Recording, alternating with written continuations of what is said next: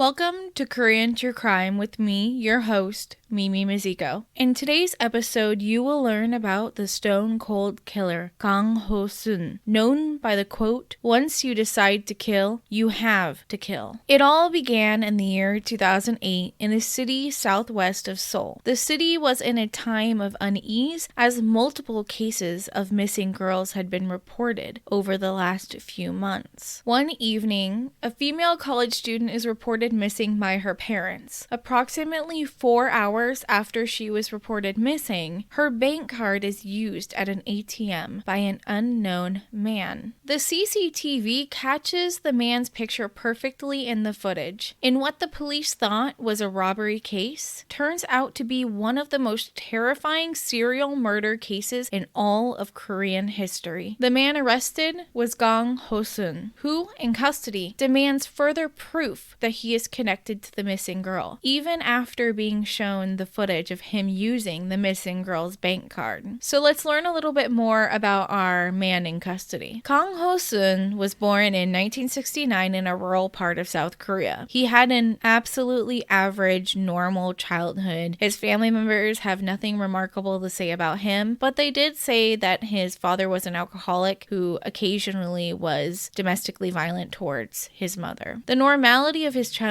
shocked Koreans as they learned about the serial murders that he perpetrated later in life, because it truly meant anyone could be a monster. In adulthood, however, he was a man who could never be alone. He was married 4 times between 1992 and 2004 and often cheated on his wives with multiple other women. One of his closest friends said at one time he was seeing 13 different women while cheating on his wife. He had 2 children with his first wife and a 3rd child with his second wife and no children with the 3rd or 4th. Psychologists that met Kang Ho-sun would say that his lack of remorse, his inability to create emotional bonds, and his lack of interpersonal relationships were qualifiers for antisocial personality disorder, also known as psychopathy. In October 2005, Kang Ho-sun was living with his 4th wife and mother-in-law in their family house. Now, he had taken an incredibly large insurance policy out on this house. He had planned to set the house on fire secretly one day when his wife and mother-in-law were away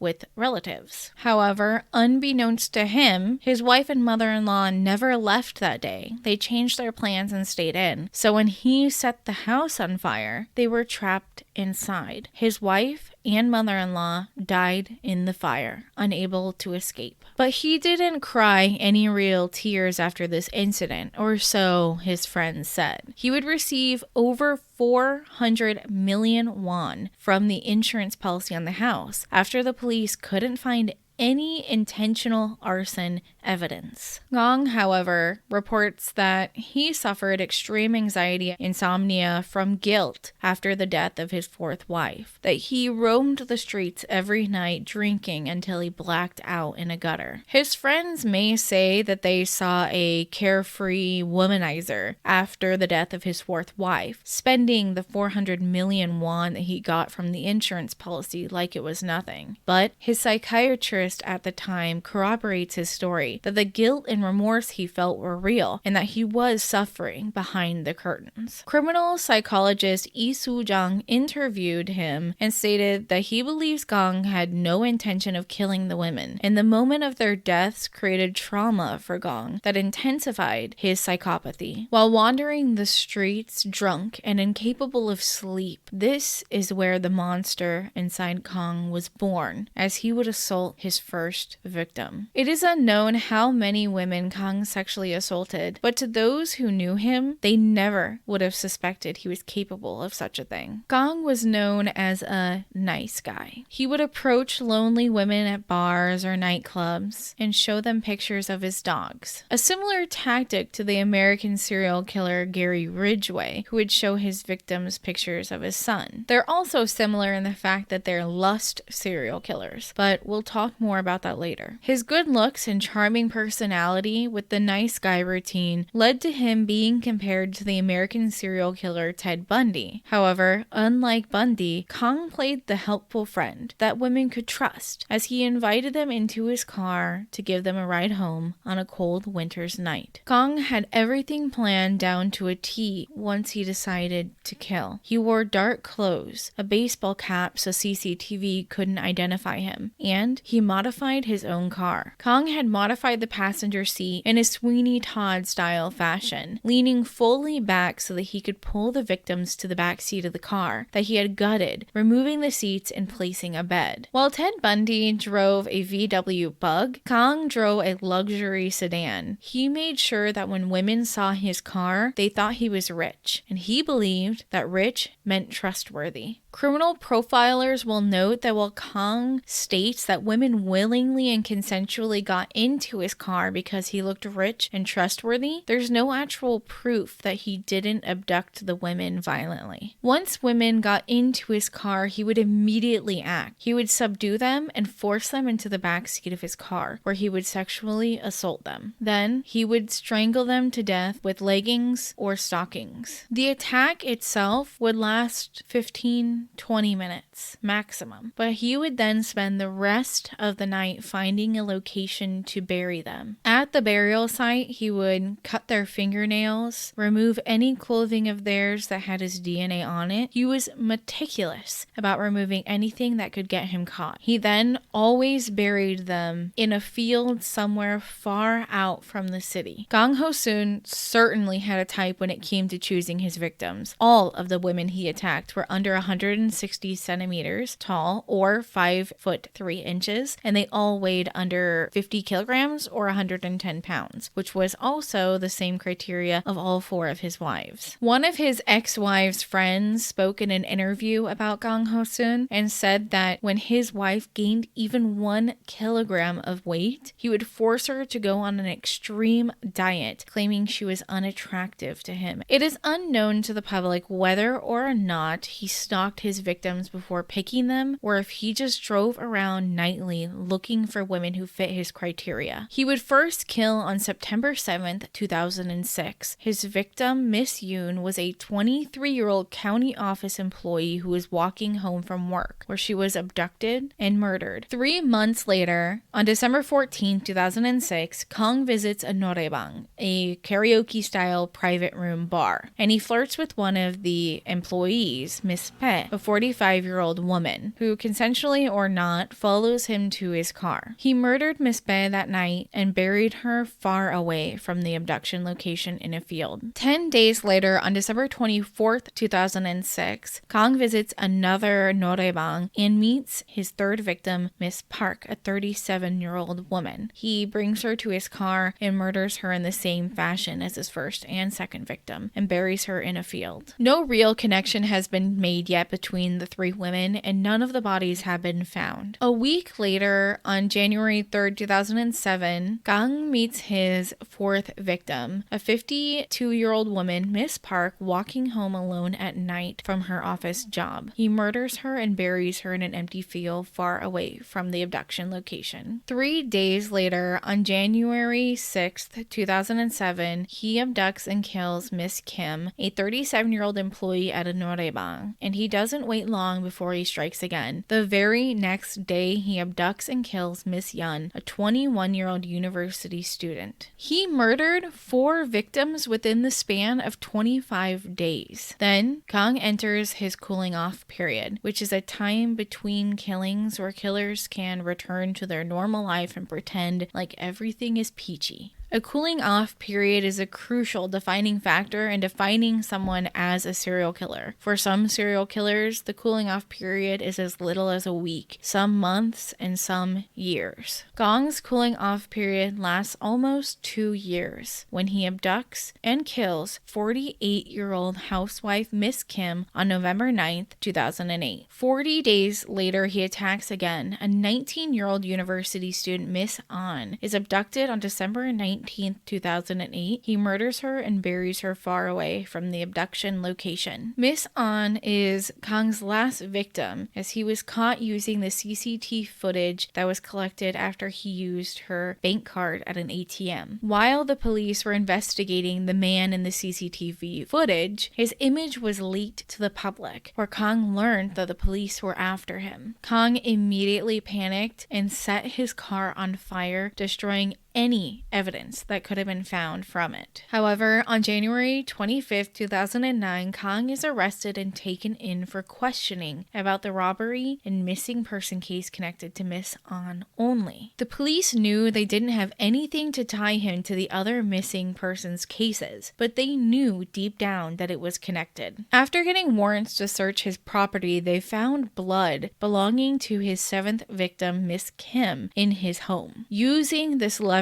the police were able to get a confession out of him for all 8 of the victims. Unfortunately, he was only able to remember 7 out of the 8 women's bodies' locations. Miss Kim, his 4th victim, was never found. Kang was sentenced to death on April 22nd, 2009 after a short trial. Similar to Ted Bundy, Kang had a following of adoring fans that followed him as he was sent to prison. Some of his fans even opened up a fan site, doting over his appearance and demanding the protection of his human rights while he was in prison. As of 2021, his last update, Kang is still awaiting the death penalty in prison, as there is a moratorium in South Korea. He will live out the rest of his days in prison. In preparation for a drama TV series, Readers of Minds, Kang was written to by the producers in August of 2021, where he wrote back ignoring all of their questions and complained about the horrible treatment he faced in prison. He even mentions in his letter that his cell neighbor is Cho